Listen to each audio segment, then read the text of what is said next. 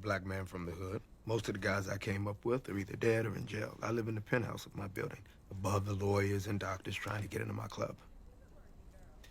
See, people take you at face value, Simon. Me, well, I have to transform to meet everyone's expectations constantly. Truth isn't one thing because I'm not one thing. You understand? I take all my experiences and use them to cater to all different kinds of people under one roof. Whether it's the black professional athlete ordering his next bottle of Ciroc, or whether it's the Wall Street motherfucker getting blackout drunk on the company's dime, I understand him. I get him. And because I get him, I get him. And because I get him, I get rich.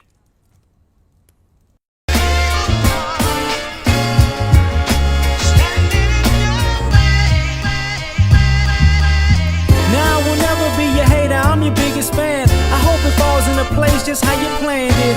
Life could put you in a pickle, just make sure it's kosher. Lean on me like Bill Withers until you smell the roses. What's happening, fam? L.A.R. movement still moving. Subscribe or die trying. You see the thumbnail. You saw the clip. The ghost. America fears. Adaptability is such a great trait to have, because if you can adapt and adjust, you can always figure out your strength in somebody else's weakness, or how to succeed where somebody else failed, or where you were failing at a time. Because you're not, you're pliable. You know what I'm saying? You're able to you're not so stuck in your ego that you can't pivot and make a different move and go in a different direction and say, I'm not going to be stuck in my ways. And the reason that was interesting because, the conversation with Simon, if you ever seen Power, that was like the first season or something like that, but the interesting part about that particular conversation was, like he said, Simon, they could take you for face value. And me, I gotta be multiple things. You know what I'm saying? I can't be one thing.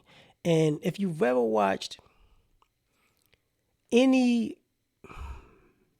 show, movie in America where they have, it's not like people versus people, but white people having to interact with other groups of people, if you'll notice that these other groups of people are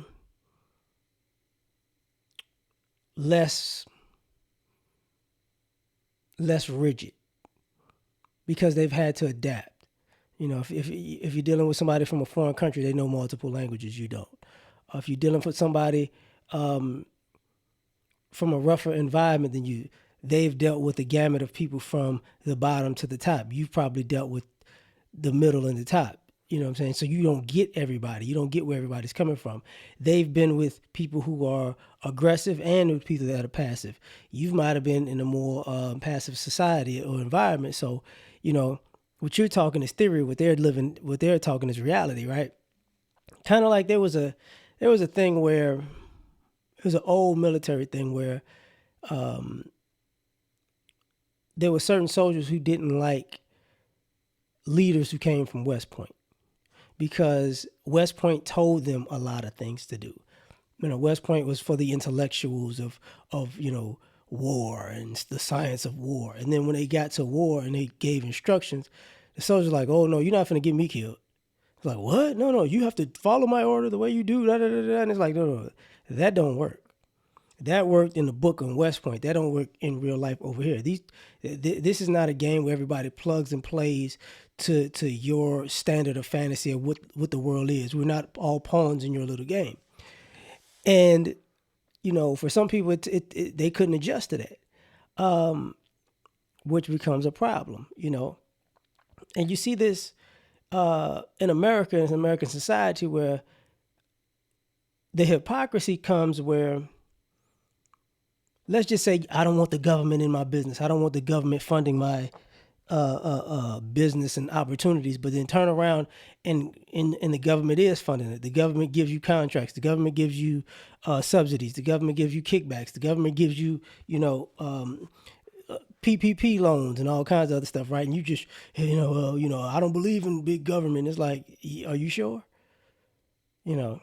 but then turn around and say somebody else needs to adjust and adapt and pull themselves up by their bootstraps. And partially that's the other thing that goes along with this conversation about, the ghost America fears. What happens if you do pull yourself up by your bootstraps and you're in a room of people, and it's multiple of you in a room of people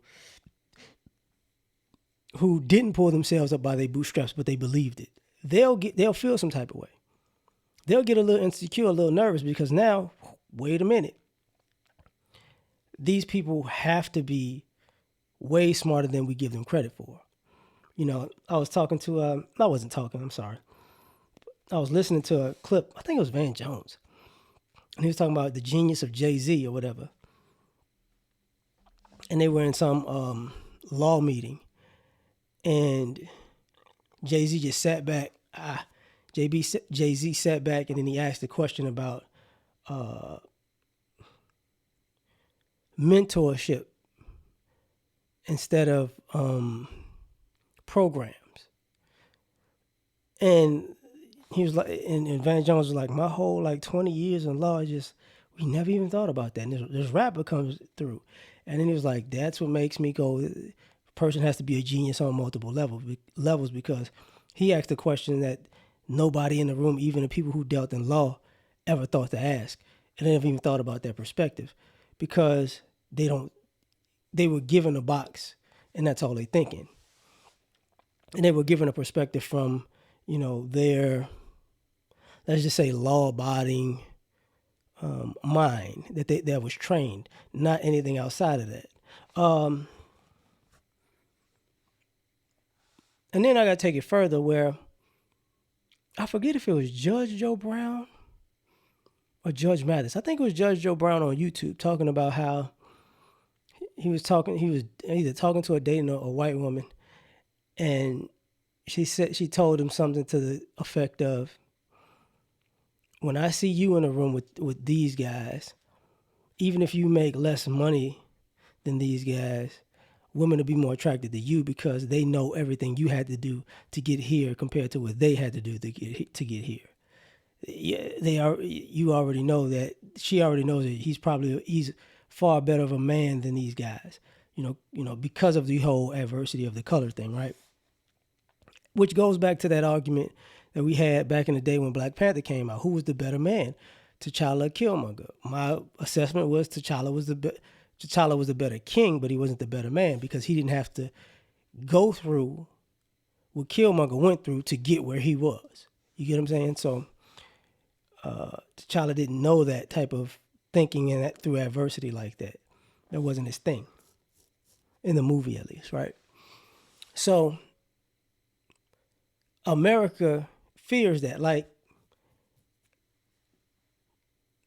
as much as people say, pull yourself up by your bootstraps, and you people need to do this and do that for your own people. The funny thing is, when we do that for our own people, somehow the guns come out. Somehow the laws change. Somehow, look at the simplest thing about Deion Sanders went from an HBCU doing what he was doing to was a Pac-10, Pac-12 school or whatever, doing the same thing he's doing. Now all of a sudden, before the season's up, we got to change the rules and laws, because we can't let this black one in here, do what we've been doing for years better than us, because if he does, it's not. How long is it going to be before they take over?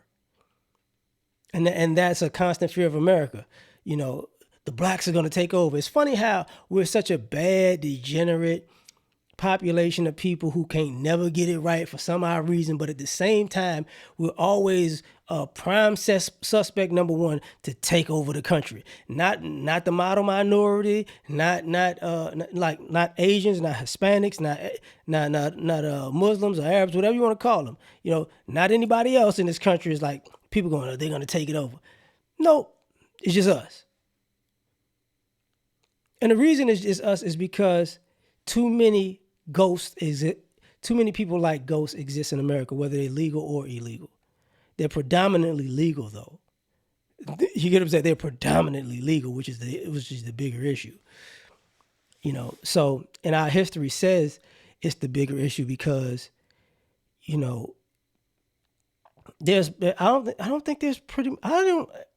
didn't think about it this way. I don't think there's an industry in America that a black man hasn't cracked the code to. Now, after he cracked the code, they might have tried to change everything up, and it was harder for people coming after that. But I'm pretty sure in every industry, a black dude will crack the code. So, tell me what you think about this, though. Like, share, subscribe, or die trying. Catch y'all on the next one. Peace. You ever been at the top of the universe? I'm gonna take you.